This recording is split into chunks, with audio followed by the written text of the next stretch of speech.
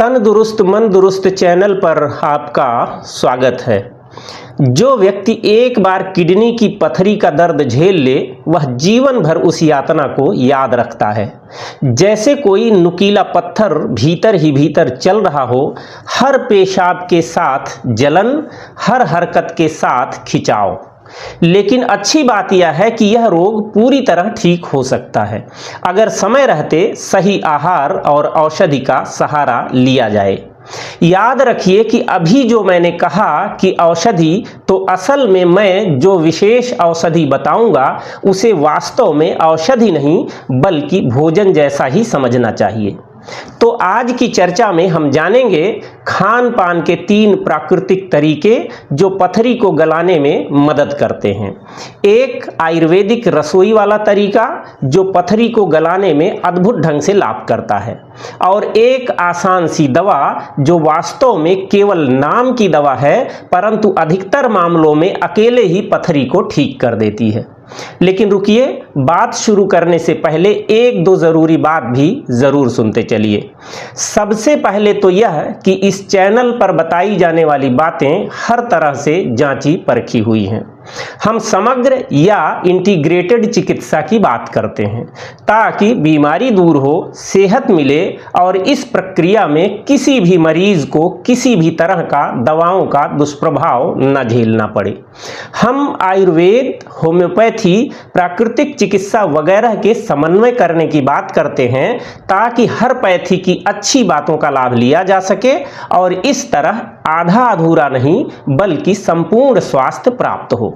दूसरी बात यह कि यह फेसलेस चैनल है, क्योंकि कई बार ऐसे वीडियो आपके सामने आएंगे जिनमें यूट्यूब और सोशल मीडिया के दूसरे मंचों पर दिए जाने वाले गलत नुस्खों की असलियत भी बताई जाएगी।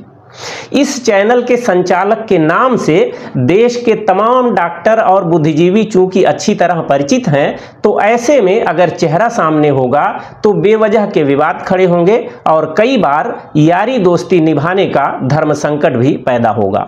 बहरहाल 100 बात की एक बात कि चेहरा नहीं, सही सलाह जरूरी है।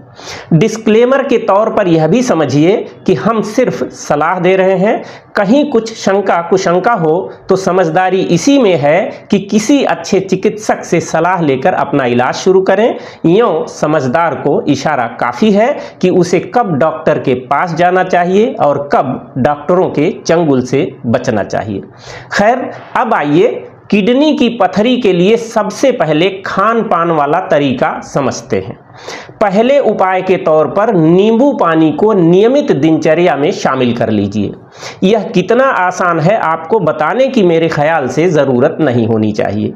नींबू में पाया जाने वाला सिट्रिक अम्ल या कहें सिट्रिक एसिड पेशाब में कैल्शियम से बॉन्ड बनाकर उसे पथरी में बदलने से रोकता है। आयुर्वेद में इसे मूत्रल कहा गया है, यानी पेशाब बढ़ाने वाला। नींबू पानी लेने का तरीका यह है कि सुबह खाली पेट गुनगुने पानी में आधा नींबू निचोड़ कर लें। चीनी वगैरह बिल्कुल न डालें, चाहे तो सेंधा नमक या 1-8 चम्मच शहद मिला सकते हैं। दिन में भी इसे आप 1-2 बार ले सकते हैं, लेकिन सवेरे 1 बार अवश्य लें। यह तरीका पुरानी पथरी को भी धीरे धीरे गलाने में मदद करता है। खान पान में दूसरा उपाय यह है कि आपको यदि पथरी है तो नारियल पानी लेना शुरू कर दें। समझिए कि नारियल पानी प्रकृति के सर्वश्रेष्ठ इलेक्ट्रोलाइट पेय में से एक है। नारियल पानी में शरीर के लिए कई जरूरी पोषक तत्व भरपूर मात्रा में होते हैं। इसमें अधिक पोटेशियम और कम सोडियम का ऐसा संतुलन होता है कि शरीर से विषाक्त पदार्थ बाहर निकलने में आसानी होती है। दिन में 1 बार सवेरे या दोपहर के 3-4 घंटे बाद 1 गिलास नारियल पानी अवश्य लें।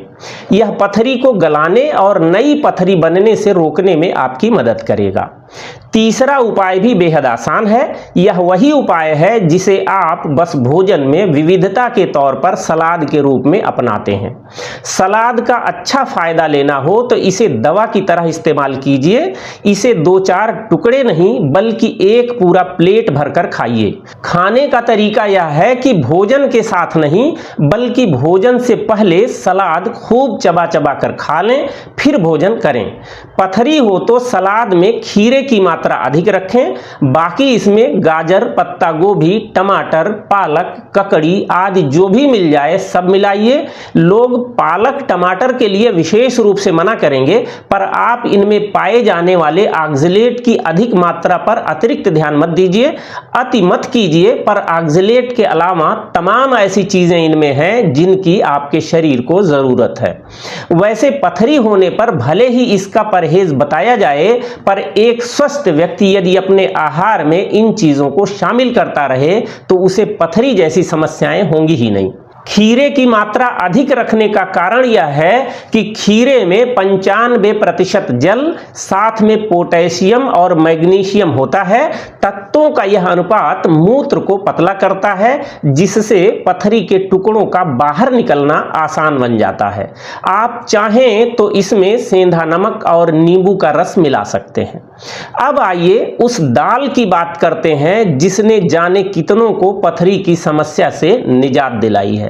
इसे गांव देहात के लोग अच्छी तरह से जानते हैं और सामान्य भाषा में कुल्थी की दाल कहते हैं।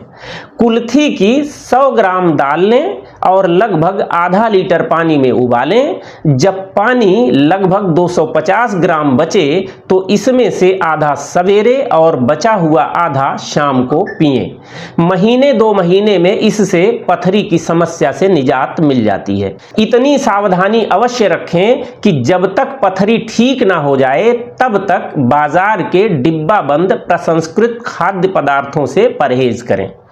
अंत में कुछ होम्योपैथी दवाओं की बात करते हैं जो पथरी की बीमारी में रामबाण उपाय के तौर पर प्रयोग की जाती हैं। सबसे लोकप्रिय दवा का नाम है बर्बरिस वल्गैरिस क्यू यानी बर्बरिस वल्गैरिस मदर टिंचर। इसे एकदम आयुर्वेदिक जड़ी बूटी जैसा ही समझें, दवा तो बस नाम है, हानिकारक जैसा कुछ भी नहीं है।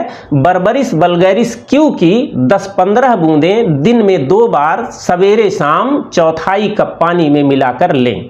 अधिकतर मामलों में बिना कोई परहेज किए भी यह पथरी को समाप्त कर देती है। वैसे होम्योपैथी में लाइकोपोडियम 30 या हाइड्रेंजिया क्यू जैसी अन्य कई दवाएं भी हैं जिन्हें चिकित्सक की देखरेख में आप ले सकते हैं, पर मैं समझता हूं कि जो आसान से उपाय मैंने बताए हैं केवल उन्हीं से आपका काम बन जाएगा और ऑपरेशन की बात सोचनी तक नहीं पड़ेगी।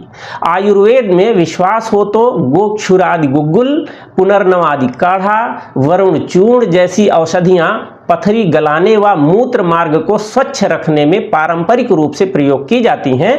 इन्हें भी निरापद उपाय के तौर पर आप कुछ समय तक सेवन कर सकते हैं।